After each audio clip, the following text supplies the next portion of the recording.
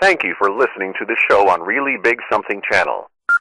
October 27th, 2017. 106 here on the great WRKO. Okay, we're now joined, as we usually are at this time, by former UN Ambassador, Fox News analyst, John Bolton.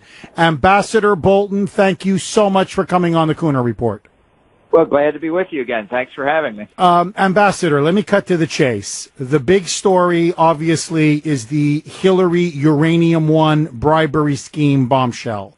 And we have now found out that not only was she potentially involved in a massive scheme to influence the American government to sell 20% of our uranium reserves to the Russians, we now have also found out this week that the Clinton campaign and the DNC paid for the so-called Trump dossier, which was used in many ways to investigate Trump and is the basis in some ways of Mueller's investigation. My question to you is very simple. Trump says it could be the modern political equivalent of Watergate. Is it the modern Watergate of our time? Well, I think it certainly could be. Look, we've had respected academics like Walter Russell Mead write about the Clinton Foundation and the huge network of associated groups and individuals, that it's like a contemporary of Tammany Hall and Boss Tweed in New York at the end of the 19th century. It was a serious fund, the Clintons' political activity, and you can disguise it as a tax-exempt organization, you can dress it up as a humanitarian organization, but basically the bulk of its activities seem to be keeping the political nucleus of the next presidential campaign on somebody's payroll. And so where the money comes from, whether it goes into Bill Clinton's personal bank account as a speaking fee, whether it's tax deductible to the Clinton Foundation, whether it comes from a foreign government, it's all disposable by them in the same way. And so I think I'm hoping that this revelation, which nobody now disputes, although they're all trying to run from it, that it was the campaign and the Clinton campaign and the DNC that funded the dossier, really is like a can opener to peel the top of this off and to get a lot more people looking into it. Ambassador, my understanding of the Uranium One deal is the Russians obviously were now control 20% of our uranium reserves. However, they were not given an export license, meaning they weren't allowed to export the uranium outside of the United States. However, according to the New York Times and many other media outlets, that is false. Apparently, the Russians, in violation of the agreement, they say yellow cake uranium has left the United States for untold destinations. Is it a very real possibility that yellow cake or uranium was sent or funneled, say, to North Korea, whereby they are now building potentially nuclear weapons that could be used on Americans, given to them by our own State Department and by Hillary Clinton? Well, what I have heard, and I think we're obviously in a circumstance where there's a lot of missing information, but what I've heard is that the yellow cake from Uranium One went to Canada. Now, the circumstances of Uranium One's ownership, I've also seen indicate some Canadian ownership. So there may be a benign explanation for it, but I think what people should be focusing on is the allegations of bribery and corruption to get to Hillary, because the uranium transaction that we've just described, it may turn out not to be in violation of any American law, but the bribery and corruption clearly are. And that's where apparently we have better information and where I think the focus ought to be. Ambassador, in terms of now the bribery scheme that took place, it now appears, according to reporting on Fox News, that the Podesta group was at the center of it, that they were very close with Paul Manafort, Tony and John Podesta. John Podesta, as you know, is the campaign manager for Hillary. And that they used Manafort's contacts with Russian oligarchs to influence Hillary Clinton. $145 million were funneled to the Clinton campaign. Ambassador, let me ask you straight out, was this quid pro quo? Were they influence peddling and bribing their way into getting our uranium reserves? And if they did, is this not effectively treason?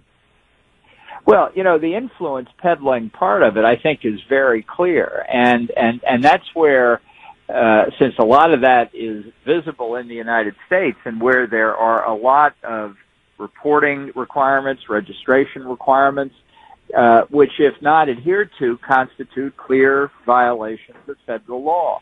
A lot of the rest of it gets very murky since it involves financial transfers and things outside the United States. You may get cooperation of foreign governments like Ukraine. You may not.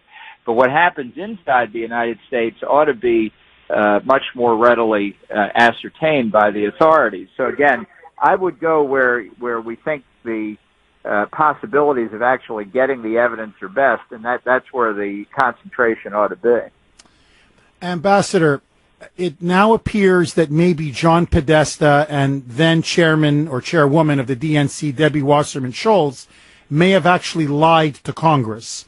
Reports are now coming out that they were asked whether they knew anything about the Russian dossier, the Trump dossier, and who paid for it. And both of them, with the lawyer, Mark Elias, the one who actually paid for the dossier, right beside Podesta, both of them said they had no knowledge of it. Lying to Congress is a crime. Do you think Podesta and Debbie Wasserman Schultz, did they possibly lie? And if they did, could this be a criminal offense? Well, it certainly would be, because it violates a little-known federal statute that even if you're not sworn in congressional testimony, if you're up there testifying and you say something to a member of Congress that's not true, it's potentially prosecutable. I think these people should all now be called before a grand jury and asked the question directly and see what they say. It's just not credible that the amount of money apparently involved here was just kind of floating around without people from the Democratic National Committee or the Hillary campaign understanding what was happening to it.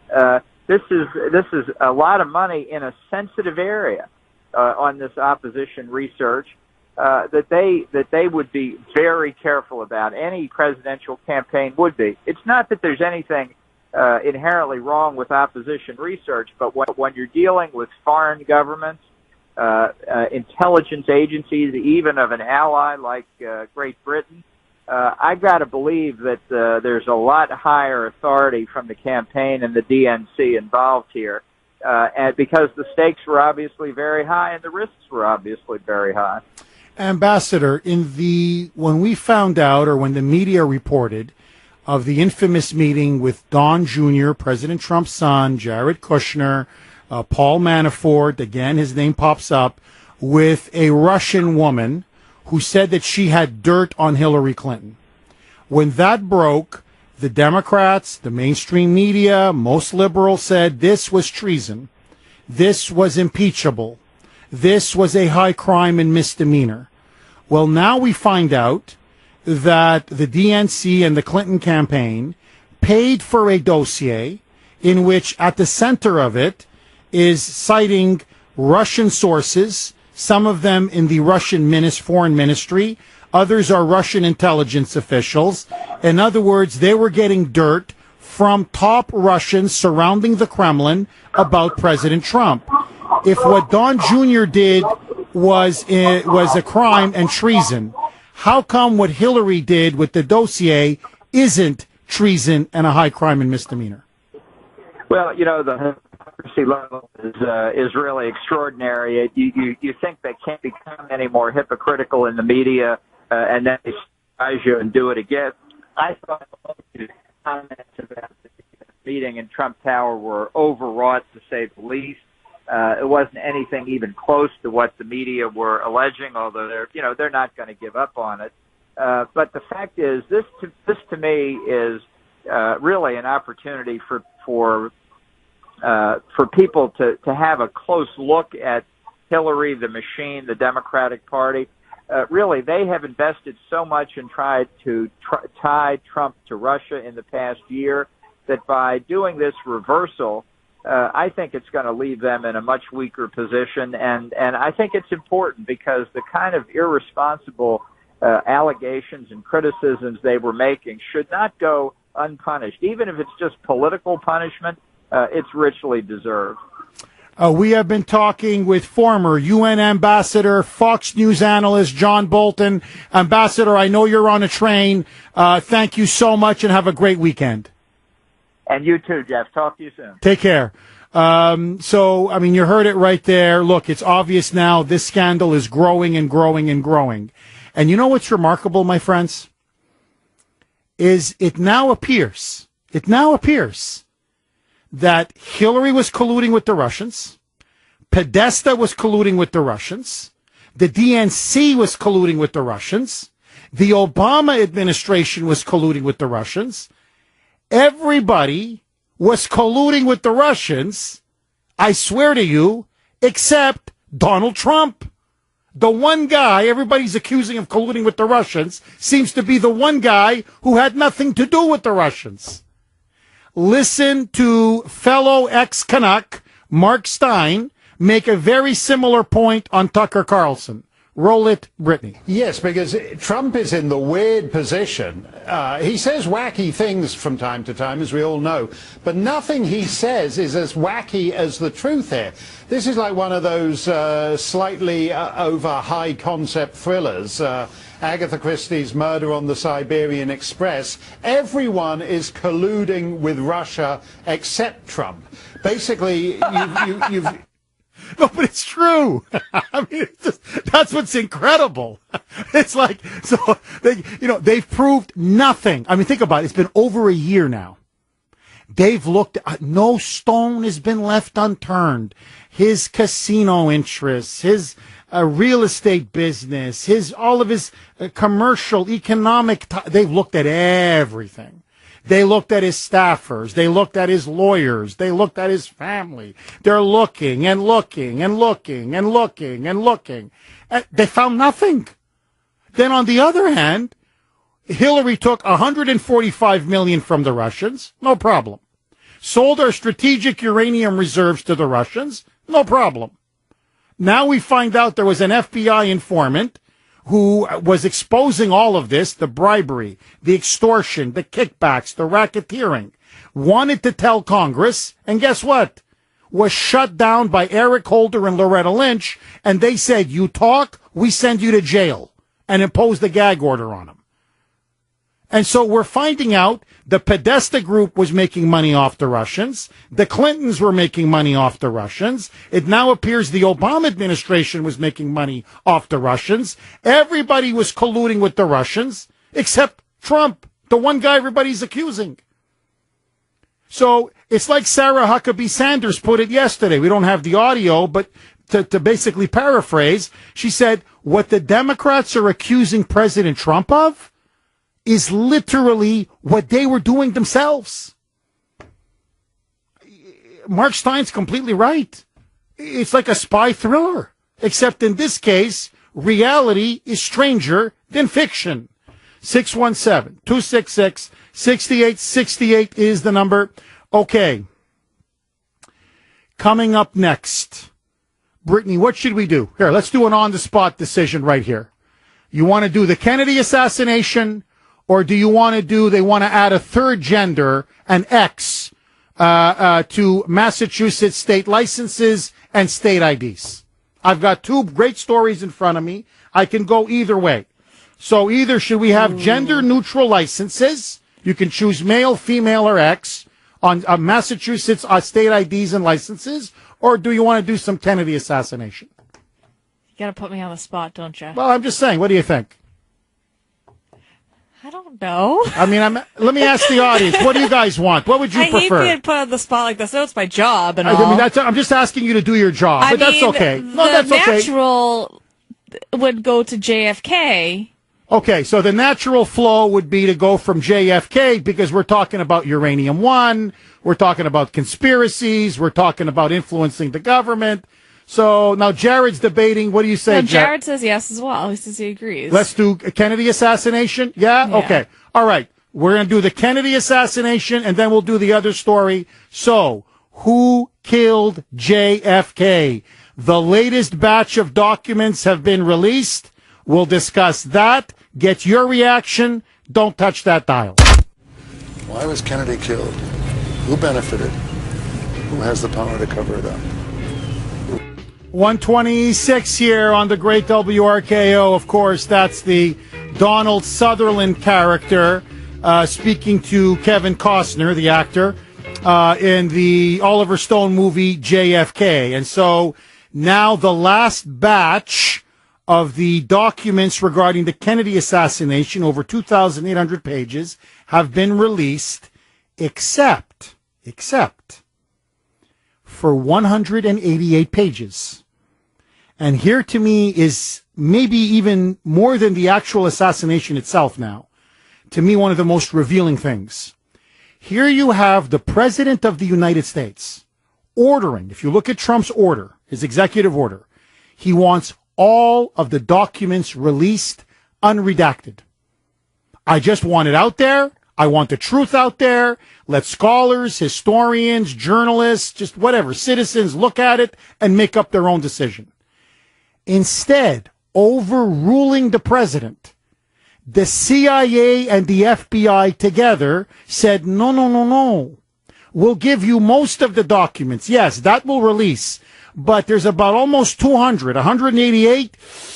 We may have to black some stuff out. We may need to start redacting some of this because this could be embarrassing to us or to the American government or compromise classified information, yada, yada, yada. And I'm asking myself, who works for who? How does the CIA, how does the FBI, what are they, rogue agencies now? Sorry, who do you work for exactly?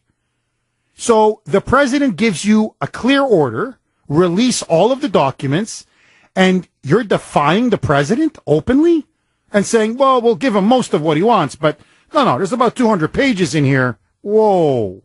We got to protect ourselves. Which to me is telling, because it shows the extent of the deep state. And it shows how powerful the shadow government has become, whereby even on something as infamous as the Kennedy assassination, and everybody wants to look at these documents, everybody, they are willing to so publicly thumb their nose at the President of the United States. Now, I'm going to get into it because we're up against the break. There are some very important memos, even though despite their efforts to redact some of this information, which, by the way, again, shows they're trying to cover something up. Why are you so desperate to not release all of it unless obviously you're hiding something? It's an obvious point. The Russians actually thought LBJ was the person behind the assassination of Kennedy. We have that story up, by the way, on WRKO.com if you're interested. LBJ himself, according to another batch of documents, actually thought that this was payback for Kennedy's assassination of Diem, the dictator in South Vietnam. So Johnson was convinced that somehow it was connected to Kennedy's assassination of Diem, the dictator of South Vietnam. The Russians thought LBJ was behind it.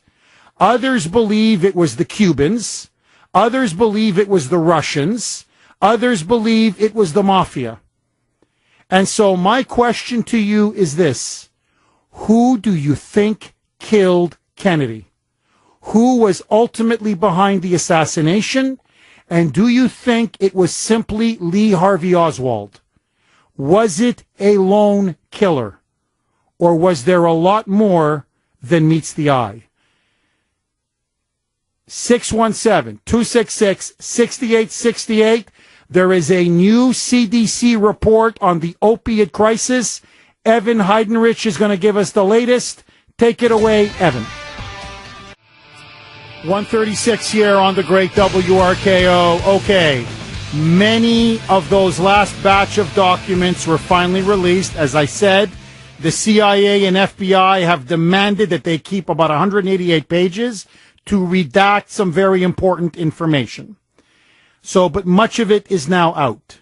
So, just to very quickly recap. On November 22nd, 1963, Lee Harvey Oswald, this is now the official story, who had spent 3 years in the Soviet Union. From 1959 to 1962, he had lived in the Soviet Union. He had married a communist woman from Minsk in present-day Belarus. He was a communist. There's no debating that. He was also very sympathetic to the Castro regime. In fact, he was a member of a pro-Castro group here in the United States. So, a committed communist, allegedly, shots rang out from the 6th floor, and John F. Kennedy was killed. In fact, he wasn't immediately killed. He was in his car, in the motorcade. He was shot. He was struck. Jackie Kennedy was there beside him. She was obviously in absolute terror and horror. They rushed him to the hospital. They tried to resuscitate the president. They tried to revive the president. And then, despite their best efforts, Walter Cronkite announced this to a shocked, grieving nation. Roll it, Brittany. From Dallas, Texas, the flash, apparently official, President Kennedy died at 1 p.m. Central Standard Time, 2 o'clock Eastern Standard Time. Cronkite himself was, you just heard the audio, but if you look at the video, he was clearly shaken. Much of the country was shaken. Lyndon Baines Johnson, the then vice president, was sworn in on Air Force One and became immediately the president of the United States. He would then run and win successfully a re-election in 1964 against Barry Goldwater. Okay. 2 days later, Lee Harvey Oswald, was going to be transported to the Dallas County Jail. A local nightclub owner, Jack Ruby, enraged, allegedly, about the shooting of John Kennedy, then pulled out a gun and shot Harvey Oswald dead. And really, from that point on, the debate has never stopped in America about whether Harvey Oswald was the lone shooter, whether he really was part of the assassination, did he really do it on his own. Officially, the Warren Commission was appointed to investigate all of it, and their conclusion was, that's the official line, that Lee Harvey Oswald acted on his own, that he was apparently a brilliant marksman, and that he shot from the 6th floor.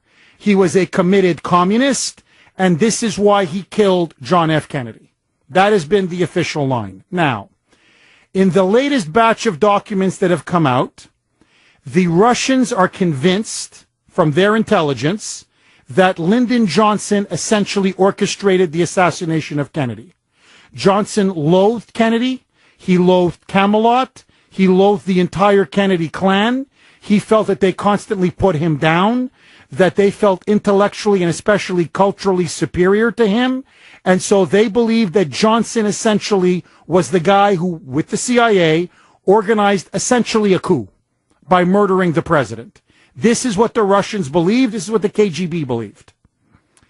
Johnson himself, according to his chief of staff, in one of the memos, privately would say that he believed it was the payback by the South Vietnamese or elements within the American government very closely aligned to the South Vietnamese, because Kennedy had ordered the assassination of their president. He was a bit of a strong man, but he had some popularity in South Vietnam, Diem. And it was an incredibly controversial decision because after Kennedy orders the assassination of Diem, there is no stability anymore in South Vietnam.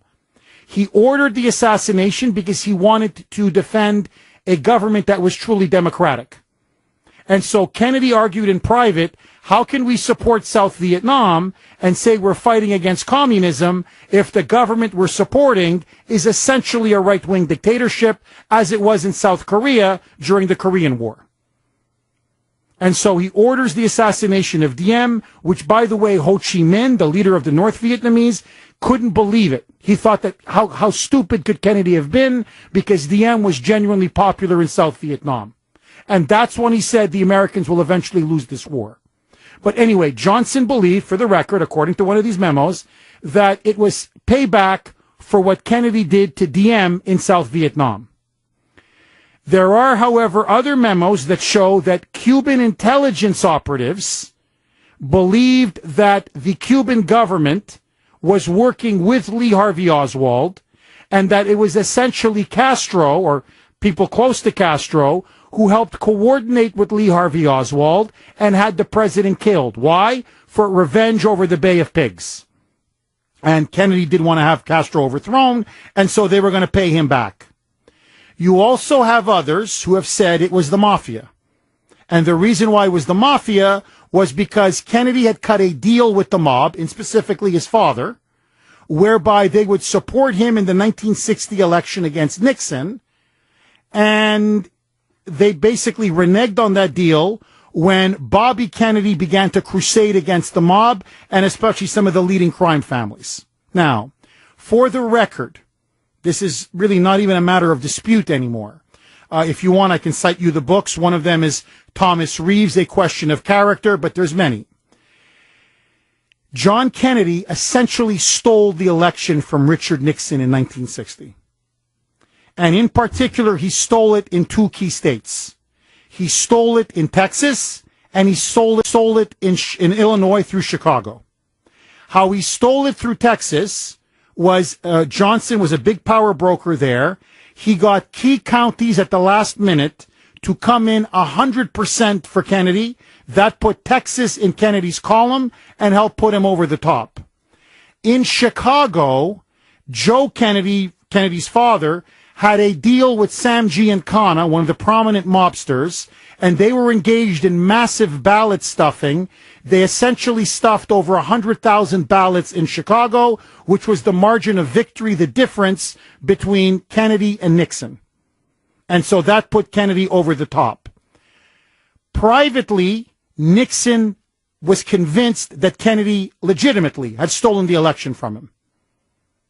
And his wife and two daughters, they were having dinner the day after the election, were urging him to call for a recount. And they thought they could prove that Kennedy had stolen the election. Nixon, being the patriot that he was, refused to do it. This was the height of the Cold War. He had been Eisenhower's vice president. He said, I will not have America be torn apart over an election.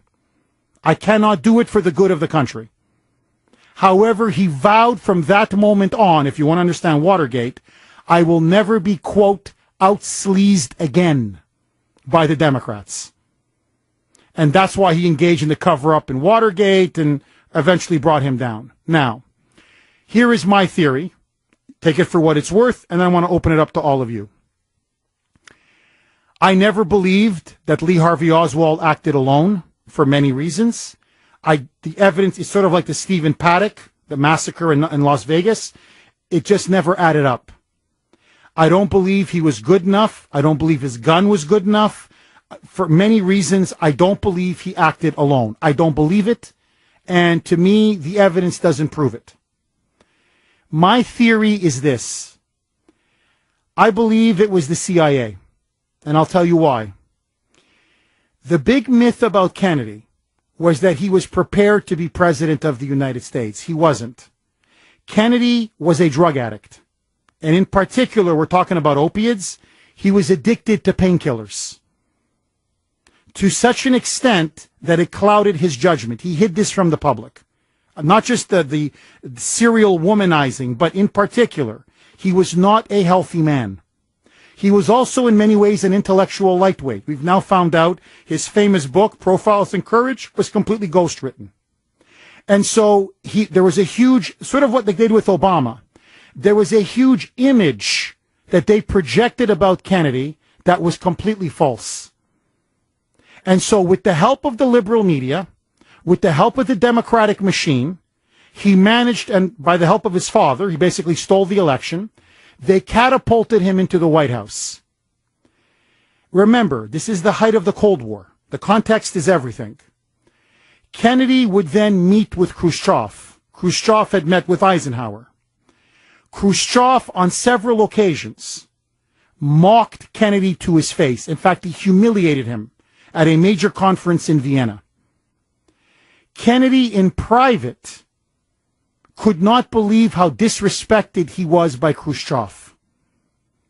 And Khrushchev, because he felt Kennedy was so weak and ineffective, thought he could get away with placing the missiles, the Soviet missiles, in Cuba. Kennedy in private did not know what to do. And here's the key point. According now to numerous Secret Service agents and other people now who finally blew the whistle, the myth was propagated for decades that Kennedy, during the Cuban Missile Crisis, those pivotal 12, 13 days, where literally the world was at the brink of war, nuclear war, the closest we've ever come to nuclear war. The myth is that Kennedy was supremely cool under pressure, incredibly calm under pressure, that he was the only one who kept his head. Everybody else panicked around him. Everybody else was breaking under the intense pressure, except for Kennedy. And Kennedy, by staring down Khrushchev and cutting a secret deal to remove our missiles out of Turkey, which bordered the Soviet Union, basically brought us back from the brink. In reality, and there are many witnesses to this, Kennedy, sick, addicted to painkillers, a complete lightweight, who had been thoroughly manhandled and humiliated by Khrushchev repeatedly, broke down in tears. Not once. He was a mess. He was an emotional mess. He was like, what am I going to do? In other words, he did not want to go down as the man who lost Cuba and the man who allowed the Soviets to have missiles literally 90 miles from our shore and dramatically change the strategic balance of power. And so in the face of nuclear war, he is weeping and crying.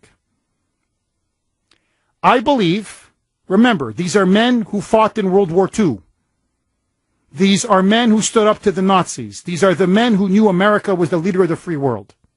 And I think whether it be J. Edgar Hoover, who knew about this, the CIA director, leading people who looked at this man breaking down and crying, said, this guy cannot be president of the United States. This guy is a freaking joke.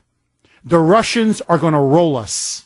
And we're going to lose the Cold War and essentially fritter away all of the sacrifices that we made during World War II against evil totalitarianism. And so I think the CIA, I think the Russians on this are basically right. I think the CIA basically said, he's got to go. Say what you want about Lyndon Johnson. He may have his flaws, but this guy is not going to stand there crying like a baby if there's a showdown with the Russians.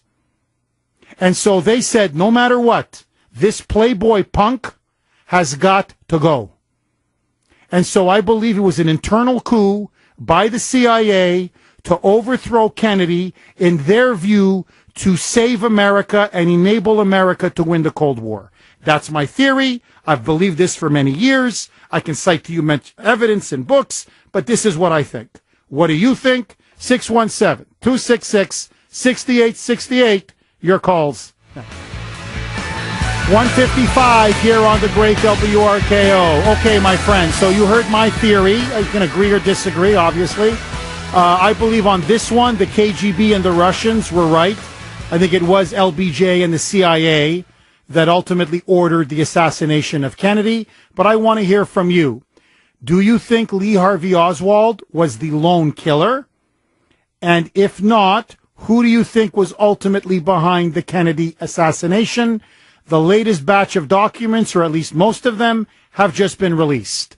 Mark in New York, you're up first. Go ahead, Mark. Jeff, 2 points. John F. Kennedy was killed by the military generals of our country because he didn't go along with Operation Northwoods. People are always saying we should respect and honor the generals in the name of patriotism and nationalism and love of country. To hell with that. In 1962, General Lyman Lemnitzer, who was on President Kennedy's Joint Chief of Staff, created a plan called Operation Northwoods, where our military planned to hijack and fly airliners into skyscrapers and blame it on Cuba so we could go to war with them. That's a 9/11 style attack, Jeff. And John F. Kennedy found out about it, fired the general, and then he wound up dead. So, Mark, you basically believe that it was a coup. It was essentially a coup. I believe that our military didn't like the fact that a young president was telling them what to do. Interesting. Thank you for that call, Mark. Bobby in East Boston. Go ahead, Bobby. Hi, Jeff. Great stuff. Thank you. I believe it was the international bankers, because of the dollar bill. That was the last year that we had silver certificate dollars. After John Kennedy was killed, it went to Federal Reserve notes ever since then. So somehow, I don't know the connection or how or why and who was behind what. But I'm a Vietnam veteran, and when I was over there, I was told that Lady Bird Johnson owned Bell Helicopter, and they were going down like flies, $1 million a whack. So, Bobby, thank you for that call. Look, I mean, I don't know. I mean, I can just tell you this. I don't know why people are saying you're not giving any sources for this. I'm very happy to give sources. Like, this is from 617. On JFK, I have listened to you since you were in Washington, D.C. Today, you have lost all credibility with me. You cite no sources, books, or any other source. As you say, bye-bye. Okay, I said I got 10 minutes to deliver the monologue. If you want the sources, ask me and I'll give them to you. So 617, you want them? Here they are. Thomas Reeves, I think, has written one of the best books on Kennedy. Very respected scholar. He will also, that's where I get a lot of my information. Seymour Hersh. I mean, I know he's a bit of a liberal and he writes for the New Yorker, but he's got some very good sources. The Dark Side of Camelot. He really blows the lid off of a lot of this that occurred with JFK. But then there's, forgive me, David Horowitz and Peter Collier. They have a brilliant biography on the whole Kennedy family. And they blow the lid off of a lot of the shenanigans that took place. So it's not just, it's well documented about the voter fraud, the stealing the elections in Chicago and Illinois and Texas, the addiction to the painkillers, the constant womanizing, his battles back and forth with LBJ. And obviously, Kennedy did not want a big war in Vietnam. Yes, he had sent advisors to Vietnam. Yes. But he did not want a mother war in Vietnam. LBJ wanted a mother war in Vietnam. And as for him breaking down during the Cuban Missile Crisis, well, there's a lot of memoirs available. You've got Secret Service agents who've now testified to this. You have people who were there with him. So this is all public information. I mean, Jeff Kuhner's not making anything up. But, as they say, the truth hurts. More, who do you think killed Kennedy? We'll continue this for another segment. Don't touch that dial. The voice of Boston is you. 680 WRKO Boston, 93.7 WEEI HD2 Lawrence, Boston. It's 2 o'clock.